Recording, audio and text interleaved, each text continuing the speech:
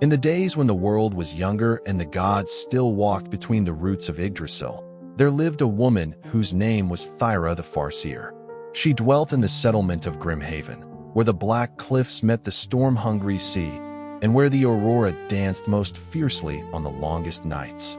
Theira was known throughout the northern lands not for her beauty, though her hair held the color of autumn birch and her eyes the depth of winter fjords, but for her gift of seeing beyond the veil that separates what is from what might be.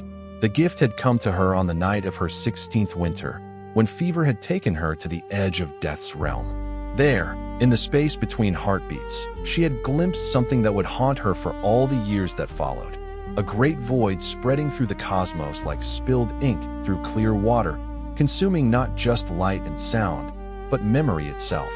When she woke, her left eye had turned the color of storm clouds, and she could see the threads that bound all living things, threads of fate, love, loss, and longing that stretched from the crown of the world tree to its deepest roots. It was this sight that first showed her Jorik. He came to Grimhaven on a dragon-proud ship when the sea ice began to crack with spring's promise. The threads around him blazed like forge fire, dense and complex as a weaver's masterwork. She watched him from the cliff's edge as his crew dragged their vessel onto the black sand beach, and she saw in the pattern of his threads a love so profound it would echo through generations, and a loss so complete it would shake the pillars of the 9 realms. Jorik was a wanderer, a seeker of the old stories. His father had been a shipwright in the southern fjords, his mother a Volva who had taught him to read the runes carved in whale bone and meteoric iron. But both were long dead, taken by the plague that had swept through his homeland like the wrath of angry gods. He carried their memory in a small leather pouch that held his mother's silver hammer and his father's carving knife, and in the songs he sang to keep their spirits close. On the night of his arrival, the Jarl of Grimhaven held a feast in the longhouse. The fire burned high, and the mead flowed like a golden river. Jorik sat in the place of honor, telling tales of his journeys, of the glass mountains beyond the eastern sea, where the light never died, of the singing whales that guided lost sailors through fog thick as wool, of the iron gates beneath the northern ice, where the first gods had imprisoned the spirits of endless winter. Theira watched him from the shadows behind the high seat, her strange sight showing her the way his words wove themselves into the fabric of the world. Each story he told strengthened certain threads and loosened others, as if reality itself bent to accommodate the truths he spoke. When he reached the tale of the void touched, beings who had looked too long into the spaces between stars and had been marked by that emptiness, she felt a chill that had nothing to do with the winter wind seeping through the longhouse walls. In the earliest days, Jorik said, his voice carrying easily through the smoke-filled hall, before the gods raised their halls in Asgard, there were those who sought to understand the darkness that existed before creation. They called themselves the Seekers of the First Silence. They built great towers of black stone and silver runes, and from their highest chambers, they gazed into the void that surrounds all the 9 realms like a vast ocean surrounds a chain of islands. The listeners leaned forward, cups forgotten in their hands. Even the serving thralls paused in their work to hear. What they saw there changed them. Jorik continued. The void was not empty, as they had believed, but filled with a presence, a consciousness vast and alien and hungry. It had been watching the realms since their birth, waiting for someone to notice its attention. And when the Seekers finally met its gaze, it marked them. Their eyes turned silver as winter ice, and they could see the entropy that gnaws at the roots of all things. They could see the moments when love turns to loss, when hope becomes despair, when the strongest bonds snap like old rope in a storm. Theira's hand moved unconsciously to cover her changed eye. In the firelight, she could see the threads around Jorik pulsing with an ominous rhythm, and she understood with terrible clarity that he was not just telling a story. He was calling something forth from the darkness beyond the walls. The Seekers tried to warn the gods, Jorik said, his voice dropping to barely above a whisper. They sent messengers to Asgard, to Alfheim, to all the bright realms. But the gods could not see what the Seekers had seen. They thought it was madness born of staring too long into nothingness. So the Seekers retreated to their towers and waited. They are waiting still, some say, watching the void and the things that move within it, preparing for the day when the hunger between the stars finally turns its attention to our small corner of existence. When he finished, the hall was silent save for the crackle of burning wood. Then the Jarl raised his cup and called for more ale, and the spell was broken.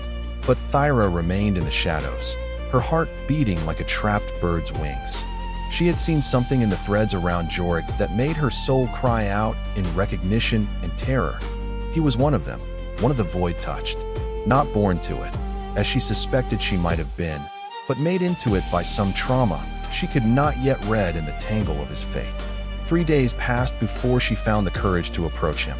He was standing on the sea cliff, watching the aurora dance across the star-drunk sky, when she emerged from the pine grove like a spirit materializing from shadow and moonlight. "You carry darkness with you," she said without preamble. "Not evil darkness, but the darkness between worlds. I can see it in the way reality bends around you, like heat shimmer above a forge." Jorik turned to study her, and she saw that his eyes were indeed touched with silver, though so faintly it might have been a trick of the starlight. "And you carry sight that sees too much," he replied. "Your left eye holds storm clouds, and there are threads of light and shadow streaming from your fingers like invisible silk. What manner of Volvo are you?" "Theira of Grimhaven." "How do you know my name?" she asked, though she was not truly surprised. The void-touched could read the patterns that connected all things, just as she could. "Your name is written in the aurora," he said simply, "and in the song the wind sings through the standing stones behind your father's hall. You are the Far-Seer, the one who glimpses what has not yet come to pass. I have been looking for you for 3 years." "Looking for me? What?" Jorik was quiet for a long moment, his gaze returning to the dancing lights above. "Because you are the key to a lock that should never be opened," he said at last. "And because you are also the only one who might forge a new key to close what should never have been opened in the first place." He told her then of his true purpose in coming to Grimhaven. He was not simply a wandering storyteller, but a guardian of ancient knowledge, one of the last inheritors of the Seeker's wisdom. His teacher, an old woman named Saga the Truth Keeper, had died 2 winters past, but not before passing on to him the burden of watching for the signs that would herald the void's awakening. "The signs have been gathering for years," he explained as they walked together along the moonlit shore. "The stars have been disappearing, not in any pattern the astronomers recognize, but in a sequence that spells out warnings in the old tongue. The whales sing songs of ending now, and the roots of the world tree have begun to silver with frost that never melts. Most telling of all, children have begun to be born with the sight, as you were. Not 1 or 2 in a generation, but dozens. The void is preparing to act, and it is calling to those who can see its influence." Theira felt the truth of his words in the marrow of her bones. Since childhood, she had experienced dreams of falling through endless darkness, of watching the lights of home fade to pinpricks and then to nothing. She had thought them nightmares born of her strange gift. Now she understood they were memories of futures that had not yet come to pass. "What does it want?" she asked. "To remember," Jorik said, and his voice carried a weight of sorrow that seemed too vast for one man to bear. "The void is not malevolent in the way we understand evil. It is not cruel or vengeful or hungry for destruction. It is lonely. It has existed in the darkness between the realms since before time began, watching the dance of creation from the outside, unable to participate or be acknowledged. It wants to be part of the story, even if that means bringing the story to an end." They walked in silence for a time, their feet leaving prints in the dark sand that the waves quickly erased. Above them, the aurora pulsed in patterns that seemed almost like written words, messages from the gods or warnings from the void. Neither could say which. "Why me?" Theira asked eventually. "If the void needs the void touch to act as its agents, why does it need me specifically? My sight is strong, but I am no Volva or warrior. I am just a weaver's daughter who sees too much." Jorik stopped walking and turned to face her fully. In the starlight, she could see that his eyes were kind despite the alien silver that touched them. "Because you are not just void-touched," he said gently. "You are also something else, something rarer. Your mother was human, yes, but your father—" He paused, seeming to search for the right words. "Your father carries the blood of the Ljosulfar, the light elves of Alfheim. Not much, perhaps only a trace from some ancestor long forgotten, but enough. You are a bridge between the light and the void, between creation and the emptiness that surrounds it. You could speak to both if you chose to learn how. The revelation struck her like a physical blow. She sank to her knees in the wet sand. Her hands pressed to her temples as memories she had never understood suddenly blazed into clarity.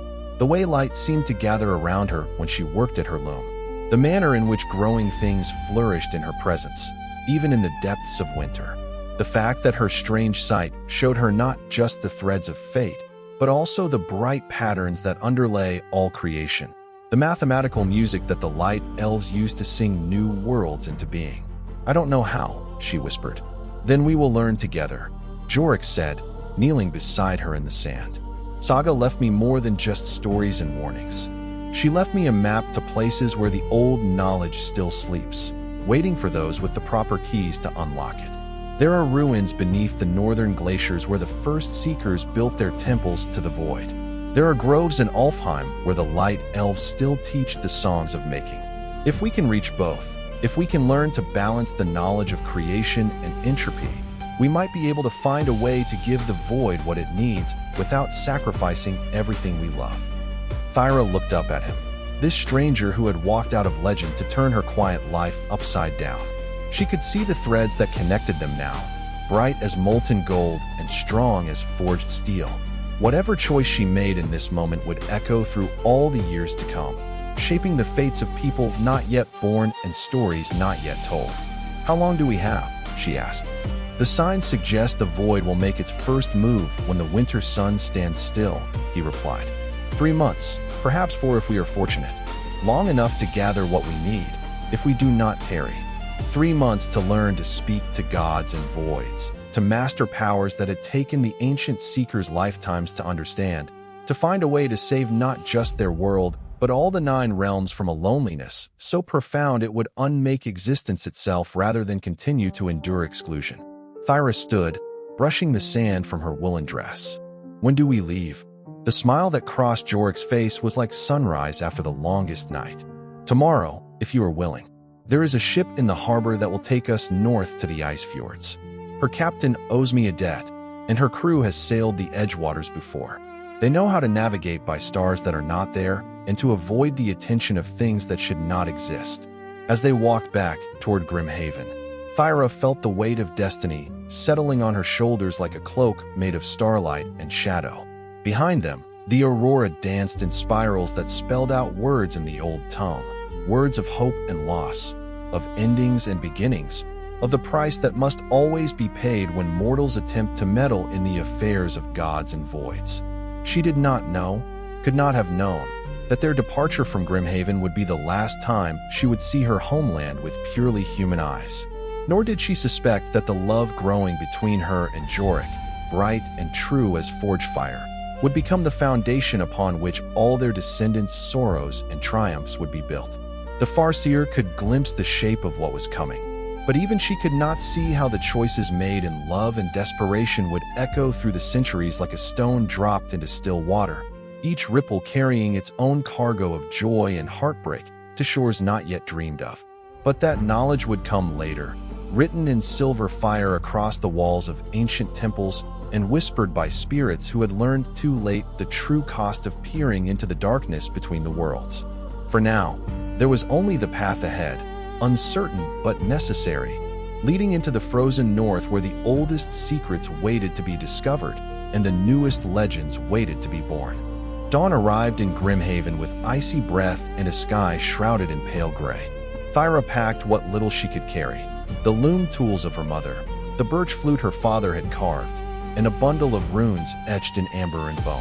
Jorek waited at the harbor, a solitary silhouette against ships bobbing on ink-dark waters. Their vessel, the Galderwing, was a battered Nar steered by the taciturn Captain Svein, whose sunken eyes hinted at secrets bought dearly beneath northern stars. Their departure was quiet. The settlement was still dreaming beneath firs. Theira felt a pang of loss with each step away. The scent of peat fires, familiar laughter, the knowledge that she crossed a threshold beyond which ordinary life would never call her home again. Yet in her changed vision, possibility shimmered. Jorek's presence steadied her. North is where the old boundaries weaken. Svein murmured as they cast off. If you see shapes in mist that aren't men, don't name them. If you hear singing in the ice, let it pass. Days stole by as the Galderwing glided past glacier teeth and islands gripped by perpetual snow. The crew, silent as shadows, whispered of bergs haunted by dead sailors and storms sent by gods angered at mortal trespass. At night, beneath swaths of aurora, Theira and Jorik studied Saga's map by lamplight. Scraps of ancient skins inked with runic equations and cosmic patterns, some written in a language older than men. In her dreams, Theira walked an endless hallway of ice mirrors, each reflecting sorrow, lost mothers, vanished children, lovers parted by war or fate. One mirror revealed her own home, empty and still. Another showed Jorik, bound in icy chains, his silvered eyes filled with memories stolen by the void. Sometimes, a living darkness stalked the corridor, gentle and curious, hungry not for flesh but remembrance itself. She woke each dawn with deeper dread and deeper resolve. On the fifth morning, land appeared, a splintered coast of frozen cliffs, battered cairns, and ancient stones scrawled with sigils from a forgotten tongue. The crew refused to disembark. Only Jorik, Theira, and Svein ventured onto shore, shoulders heavy with furs and hope. Within a shattered stone hall half buried by drifting snow, they found the remnant of the Seeker's Cathedral.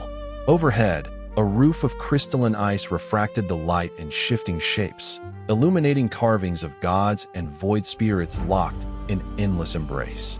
In the center, an altar carved from meteoric iron bore 9 amber runes and a spiral of silver dust. Saga said there are questions the void cannot answer, Jorik whispered. Not because it lacks power, but because it was never part of the telling. Creation is made from both memory and forgetting. To endure loss is to reshape the pattern.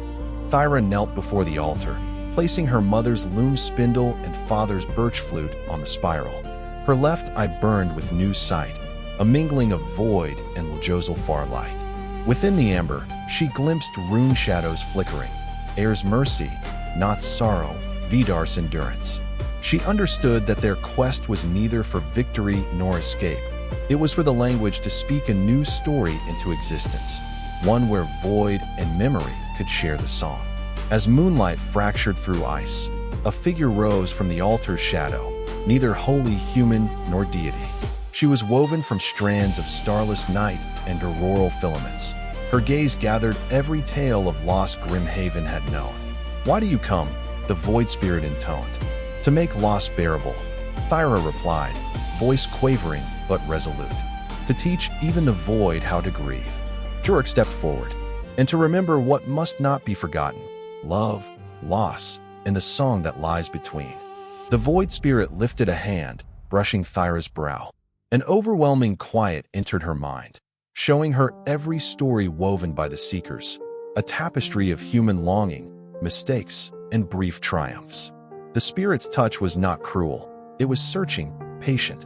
"Every loss carves a vessel for memory," the spirit said. "Will you bear what it brings?" Theira nodded, blinking tears of silver. She saw future generations, descendants scattered across fjords, forests, and foreign lands. Each would inherit her gift, each would bear sorrow's echo. But if she succeeded, each would also know how to walk with loss, not as enemies, but as companions shaping the saga. The void spirit receded, leaving a single amber rune pulsing with new warmth. Svein, pale but steadied, led them back to the ship. "Did you get what you came for?" Jorik smiled, weary and grateful. Not an answer, a beginning. They sailed south as night and storm followed. Theira grieved, her home lost, her childhood past, her fate entwined with myth and memory. Yet within sorrow lay a secret, the beauty of longing, the power of story. She was part of a lineage now, one bound not only by blood, but by the promise that loss, when named and held, could bear creation anew. As Grimhaven faded in the distance, Theira whispered to the void, for herself, for her lost kin, for those yet to come. "May our stories bind the darkness. May our memory teach the void to sing." Southward they sailed, winter receding to endless night. Days blurred into silver-gray mist, the fjords shrinking behind veils of half-remembered songs. Theira felt the change inside herself, a resonance with the void spirits she'd met, and the awakening light that ran through her veins. Jorek watched these shifts in quiet awe. He had come as guardian and became witness to rebirth. They made landfall at the forested foot of Jotunheim, where pines grew tall as giant spears and the earth pulsed with hidden strength. Legends said this was land first wandered by gods, and echoes of their steps trembled still at dusk. Theira recognized signs in the waking world and among her night visions. Twisted roots curling around ancient bones, stone runes half concealed by moss, wind singing with voices that held longing and memory in equal measure. Theira's sight strengthened, and with it, haunting awareness. Loss wasn't simply endured, but transformed with each act of remembrance.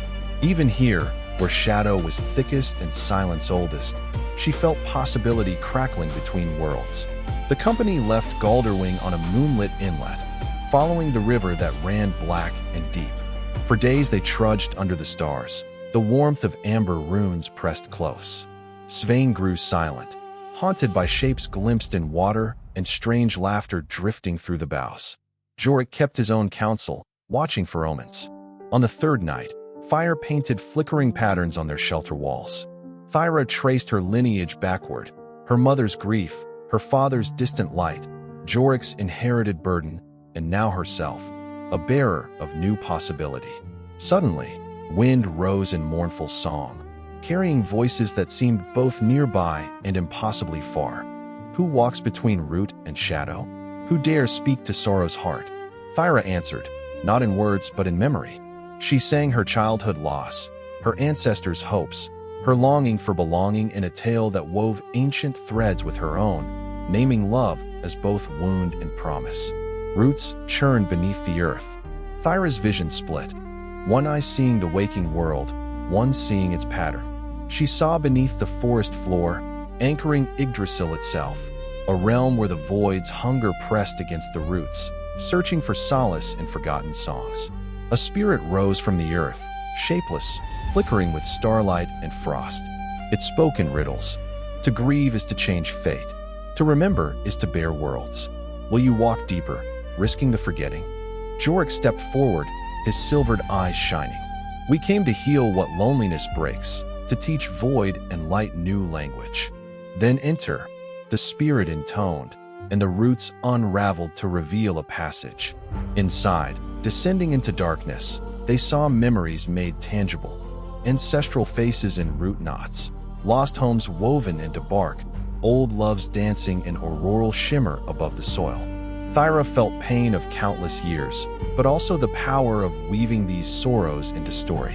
At the deepest point, a pool reflected her lineage, her mother's tears shimmering into fertile ground, her father's songs fracturing midnight, Jorek's loss pulsing through new generations. Svein turned, his own loss revealed. Family vanished to winter winds, faith shattered by failed gods. Theira put a hand on his shoulder. Each sorrow is a seed, she murmured. We shape what grows. At the end, the Void Guardian appeared, her shadow twin of the ice cathedral, bearing a crown of memory and an empty vessel. To continue, you must give me your greatest grief, she whispered. Theira closed her eyes, calling forth her deepest sorrow, saying farewell to Grimhaven, the life she loved and could never reclaim. She poured it into the vessel, watching it glow. Jorek followed, his family's death, his solitude, his hunger for belonging. Svein wept, silent as stone. The vessel blazed, then faded. The guardian's voice shivered. Sorrow given becomes story spoken. Story spoken heals both ancestor and descendant. Loss becomes new creation. They emerged atop Yggdrasil's roots, changed. The void and the light within Theira lived in wary accord, each teaching the other how to endure. The amber rune turned warm, pulsing with forgotten songs. Svein grieved no longer in isolation, and Jorek stepped into the embrace of fate and hope. That night, as Aurora danced, Theira understood. Her saga would echo through generations, not only in grief, but in the power to remake the world again and again, in memory, in myth, in song. Many years passed beneath the green and violet aurora. Theira and Jorek became known as the Watchers, guardians of stories and balance. Their union seeded a legacy, a daughter born near midwinter, in a night so silent and clear it seemed the stars themselves paused to listen. She was named Edda, after the tales of creation sung by ancient skalds. Edda's birth marked a rare moment when void and light mingled in gentle accord. Her left eye reflected stormy skies, her right the warmth of living fire. As Edda grew, she wandered among cliffs and roots, watched by unseen spirits, all wary, some hopeful. She learned from both parents. Theira taught weaving runes and reading aurora. Jorik passed on songs of loss and endurance. From Svein, who never left their side, she gained wisdom on navigating sorrow's tides. The village that formed around their sanctuary bore generations of children touched by a rare fate, able to see wounds in the world and mend them, but always at a price. Edda's gift emerged early. When storms battered the coast, she could calm the sea with whispered tales. When grief visited, she wove it into blankets and banners, turning sorrow into beauty that kept the cold away. But loss hunted her family still.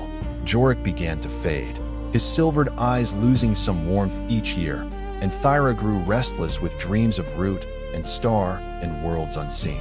One autumn, a stranger arrived during fog. Rurik lost kin, a young man haunted by night visions of worlds ending. Rurik, unlike any child of the Watchers, was born in a distant land that echoed only faintly with the old songs. He was drawn north by stories carved in river ice and sung by wind.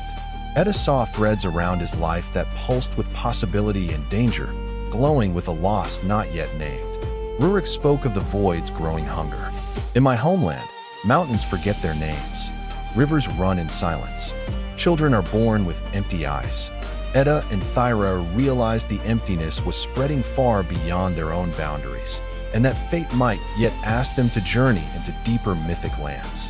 Together, Edda, Rurik, and Theira prepared a quest to the world's edge, a place whispered in ancestral stories where the void's longing could be met with memory. Svein, now old but unbowed, gifted Edda a blade forged of meteoric iron. Jorik gave Rurik his father's carving knife, bearing runes of late redemption. Their journey led into lands where night never ended. Snow whispered with forgotten voices, and pale spirits walked with longing. They encountered a tribe of memory keepers who traded pain for wisdom, children who sang wounds into ice to watch them melt with spring. Edda felt the lineage within herself. Grief carried forward, not as curse, but as seed for creation. In the final leg, Edda faced her greatest challenge. She stood before a mirror of void, an ancient relic at the end of a frozen bridge. The mirror demanded her deepest sorrow, the loss of childhood, the knowledge of impending separation, and the acceptance that all things must pass for stories to be true. She wept, her tears freezing and fracturing the mirror. From that crack, light poured, mingling with shadow in a dance of transformation. Rurik knelt beside her. You give loss voice. You make memory a blessing. The void will heal not by forgetting, but by learning the tongue of longing. They returned home, not triumphant, but changed. The lineage of Watchers grew, taught to bear sorrow in community, binding stories so that grief was never silence and longing never shame. Under auroral skies, Edda sang the new Saga, a song spanning ancestor and descendant, void and light, tragedy and hope. The realm listened, and for the first time, the void sang back, quiet and almost grateful. The years flowed like the great rivers south of Jotunheim. Theira and Jorik, honored Watchers, grew as much myth as memory. Their names whispered wherever night fires flickered. Edda and Rurik, now wise in sorrow and hope, watched over a community that stretched from fjord to fun. Yet children born of this place arrived with dreams of foreign lands, their lullabies full of longing for shores never seen. One such child was Kara of the Mist, granddaughter to Edda, whose hair was ash pale and eyes dark as peat bogs. Kara's laughter could bloom frost flowers. Her silence could still storms. She heard the world in layers, the chatter of birds, the secrets in rivers, the hush between heartbeats that marked the threshold of all loss. From her earliest days, Kara dreamed of a river not found on any map, a current winding through root and rock, where faceless figures washed away words and faces as they passed. Her visions troubled the watchers, for they recalled the void's promise. When all names were forgotten, the world would unravel in quiet, joyless harmony. Kara set out to find the river. She carried a token of each ancestor: Edda's spindle, Rurik's blade, an amber rune from Theira. She traveled through mist-bound valleys and forests thick with whispering moss, where time tumbled like water over stone. Her companion was Dagr, a steadfast friend, child of strangers who'd wandered in fleeing a blight of memorylessness. Dagr, bright and humble, remembered everything: names, scents, the pattern of dawn light on snow. He feared forgetting, but followed Kara into the unknown. At last, they found the river, wide, silent, swirling with pale shadows. No birds sang, no wind stirred. Beside it, a woman waited. She was called Isa, the memory keeper, her hair threaded with runes no human hand had carved. Her eyes mirrored Kara's own sorrow and curiosity. "Why seek this place?" asked Isa, her voice both warm and cold. "I would learn if loss can be chosen, or if it is forced by fate," Kara replied. "The void is not the only hunger," said Isa. "To remember everything is also a burden, a weight even gods may shun. Will you cross?" Kara stood at the brink, cradling her lineage. For a moment, she glimpsed a world without sorrow. Each loss eased, but each love faded to a fog. She recoiled. The price was too steep. Dagr pressed her hand, grounding her in memory. "We choose names, even when it hurts. We carry stories. We do not let the river have them." Isa wept a single tear, silver as the void, gold as the memory that resists forgetting. The river will always call, but each time a name is chosen, it carves a path, small, shining, defiant. Kara turned away from the river, her heart battered but unbroken. With Dagr and Isa, she returned, carrying not only the wisdom of walking close to forgetting, but the promise that loss and memory were partners, not enemies. In the years that followed, Kara taught songs against silence. She built a bridge over the hidden river, not to cross, but to hold vigil. She became legend, the watcher of names, her voice echoing under Aurora and Star. The void abided, patient and vigilant. But now, even the void's hunger was shaped by the stories of those who chose to remember. In time, Kara's name became a song, sung on winds that traveled far and wide. Her bridge over the river called out against silence, her life a beacon to those who would otherwise disappear into loss. But stories, like roots, spread and change with every telling. One winter, a stranger arrived carrying fire in her eyes and silence in her footsteps. She was Mira of the deep snow, born in a northern settlement where stars vanished one by one each year, leaving villagers with dreams emptied of hope and color. Mira sought Kara, hearing the Watcher of Names could teach return to memory and bring protection against the fading. Kara welcomed her with warmth and caution. Mira spoke of night skies bereft of constellations, her oldest friends unable to recall their own mothers, her village's tales vanishing before they could be shared. "We mark time by what we remember," Mira said with trembling voice. "When the last star faded, my father forgot my name." Determined, Kara set out with Mira and Dagr. Their companion now learned in the crafts of remembrance and patience. On a pilgrimage to the edge of the world's oldest night, where it was said a house waited beneath the stars for anyone who would speak their loss aloud. Their journey led through frozen pine forests, beneath aurora that occasionally flickered as ghosts of stories long gone. They came to the house beneath forgotten stars, a structure of stone and root, covered in runes and stitched with grace from generations of watchers. The door bore carvings of every ancestor's greatest sorrow, each symbol distinct and sturdy. Inside, a figure awaited, Halvard the Listener, a man old as frost, keeper of stories surrendered to forgetful sky. Halvard invited Mira to share her family's tale, but she could recall only fragments: a song her mother sang, the sound of her father's laugh, the taste of sweet berries in midsummer. Halvard, Kara, and Dagr encouraged her to speak even what she could not fully remember. A magic, inherited and old, shaped the darkness into light. Each remembered detail became a lamp, pushing back the encroaching void in Myra's soul. "I feared if I spoke, I'd lose the little I have left, Myra admitted, tears streaming. But I see now, sorrow only vanishes when I refuse to hold it. Kara added her lineage's memory to the house, inscribing amber runes for Edda, Theira, and all the Watchers before her. Dagger gifted Halvard a story from his own family, how loss made love urgent and alive. The house warmed, the stars outside flickered, and in the night that followed, Myra's father remembered her name. Word spread. There was a place, under forgotten constellations, where memories could be put back together, fragment by fragment. The void still watched, tender and hungry, but now stories returned what loss had tried to steal. Kara stayed in the house for many moons, teaching pilgrims to connect the smallest memory to the largest hope. Myra settled nearby, building her own legacy of gentle resilience. Dagger returned to the bridge above the river, watching over the border between silence and song. From that house, new generations learned to share grief aloud, making loss something not feared but honored, shaping myth and memory anew beneath the ever-changing stars. Years ebbed away, and Kara's legacy grew.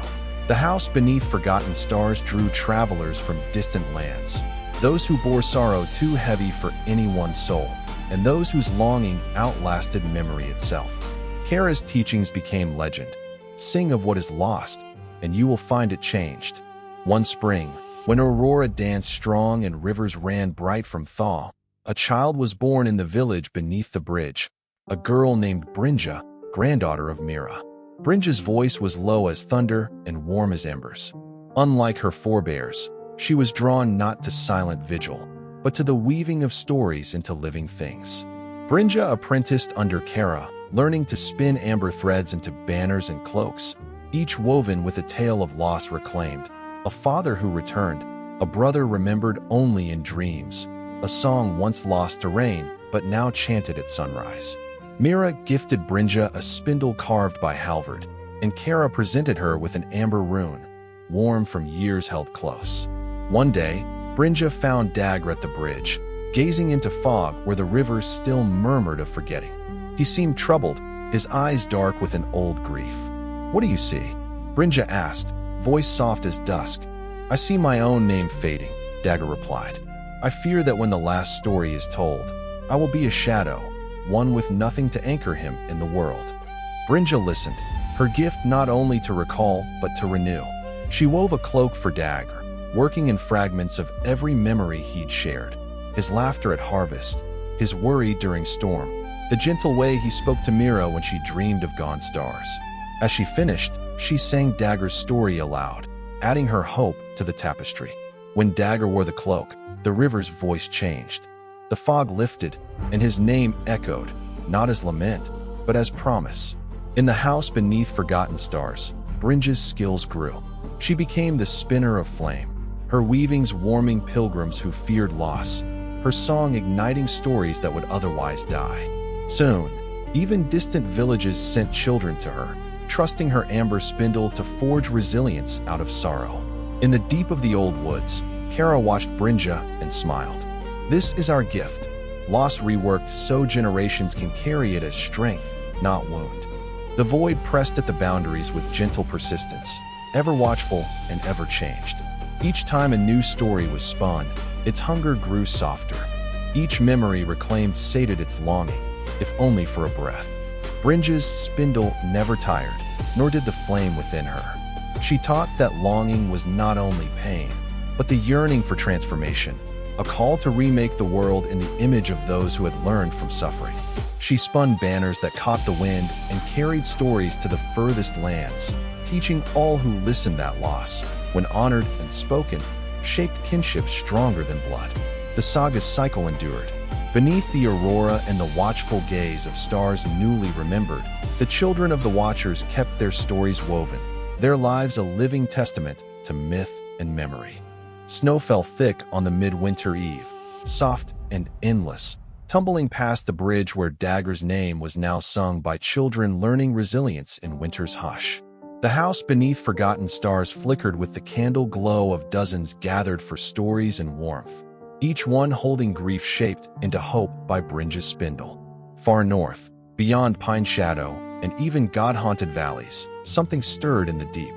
The void murmured, its hunger not for destruction, but for a story he never told, a lament never named. Its longing seeped into the dreams of those bearing the Watcher's line, touching Brynja, Dagr, Kara, and Mira. Each awoke with the same word on their lips. The end song comes. Brynja alone dared journey north, seeking what called. Gifted with Kara's blessing and Dagr's woven cloak, she crossed the snowfields until the world unraveled into a great expanse of nothing. White winds, dark sky, not even the river's memory beneath her feet. There, in Void's heart, stood a solitary figure. The Void touched, unchanged since Theira's first legacy. Her eyes held 9 generations of sorrow and hope. "Why do you return?" the Void touched asked, voice like distant bells. "The saga is full, each loss sung, each name reclaimed." Brynja set her spindle and banner before the figure. "Not every song is finished," she replied, "until it is sung for the one who was never named. Let me sing it. For you, for the void, for the longing between lost worlds." She spun her tale, not just her own, but those of Theira, Jorik, Edda, Rurik, Kara, Mira, and Dagr. For each, she sang their greatest loss, their deepest desire, a cradle of hope in the heart of despair. The spindle glowed hot in her hands. Auroras above swirled gold and indigo. The void touched listened, silent tears frozen on her cheeks. When Brynja reached the song's final verse, a promise born from even the loneliest root, the stars above began to return. Slowly at first, then in great whirls of light. Ancient constellations and never-named glimmers burning through the white, pushing back the void's endless dusk. The world shuddered, a pulse of memory flowing from north to south, river to root, village to star. The children at the bridge woke weeping, but not in sorrow. They knew the void had listened and learned. Brynja, exhausted, reached for the void-touched's hand. "You too are named," she whispered. "You are the longing that teaches, the sorrow that births new light." For the first time, the void answered with gratitude, not endings, but new beginnings. Brynja led the void-touched home, across snows and rivers, through woods and under auroral sky. By night's end, the house beneath forgotten stars overflowed with those who had once feared silence. Kara wept in Dagr's arms. Mira sang for her children. Brynja spun her last banner and hung it where all the world could see. Even in the void, memory shapes the dawn. The stars, old and new, burned brighter on that night than any had known. A promise was kept, the Watcher's saga, forever unfinished but always whole. Midwinter thaw had not come, though the stars blazed with fullness. In every village across the land, strange dreams shared one refrain, a darkness gathering, curious, gentle, and ineffably sad. Those of the Watcher's line and those bearing any ember of myth felt it most. In their sleep, they walked the bridge over Kara's river, hearing Brynja's banner flutter overhead. Even in the void, memory shapes the dawn. Brynja, grown quiet since returning from the north, knew instinctively the story was not finished. The void touched, her constant companion, learned to speak of longing and laughter, to watch snow falling on rooftops and listen to pilgrims recount ancestors' names. Yet she too knew a wound lingered, hungry as the ancient night. One evening, Mira called all kin and followers to the house beneath forgotten stars. Dagr, his name alive in every child's tale, poured the mead and welcomed strangers now as kindred. Kara, matriarch and spinner, began the final telling. This is the last passage each watcher must walk, to lose with love and to remember with courage. Outside, the aurora flickered with colors never seen before, the sky dancing to songs spun not only by loss, but also by everything learned. Brynja stood before the house, banner unfurled, calling the void once more by its new name. "The time has come for the true memory, for the void to carry as we do," Brynja proclaimed. "You are part of this world now, and its story is not whole without your sorrow and your hope." The void touched stepped into the circle. Her presence softened every boundary. Even elders who remembered the oldest losses felt something almost like peace. She sang not in words, but in a music deep and ancient as the dreaming earth, an elegy for all that was lost, and a prayer for new beginnings no eye had yet seen. One by one, the Watchers offered their brightest memories, mothers teaching songs at dawn, fathers returning from sea, resilience in the face of hunger, laughter in darkened halls. Mira let go of her fear that tomorrow would forget her name. Kara placed her spinning tools and the old amber rune at the foot of the void touched. Dagger, cloak brilliant with woven memory, swore never to turn away from sorrow that asked to be seen. Brynja gave her spindle, now warm as summer, and spoke. You carry us now, as we carry you. The cost of memory is loss, and the grace of loss is rebirth. From the gathered offerings, the void touched shaped a new thread, neither shadow nor light alone, but a filament woven from both, a song sung by longing, a hope realized in every heart. The air shimmered with a presence older than gods and vaster than the world tree's roots. Stars wheeled above, marking the moment. Grief and hope, story and silence, blended until nothing remained but a vast belonging, as if the world itself breathed for the first time since memory began. In that moment of finished and unfinished story, every name was both remembered and released, a promise that pain and joy, longing and presence, would exist as kin forevermore. As dawn came, for the first time in living memory, there was no fear. The void was not empty. It was a vessel, carrying story into the future and returning it, changed for those yet to come.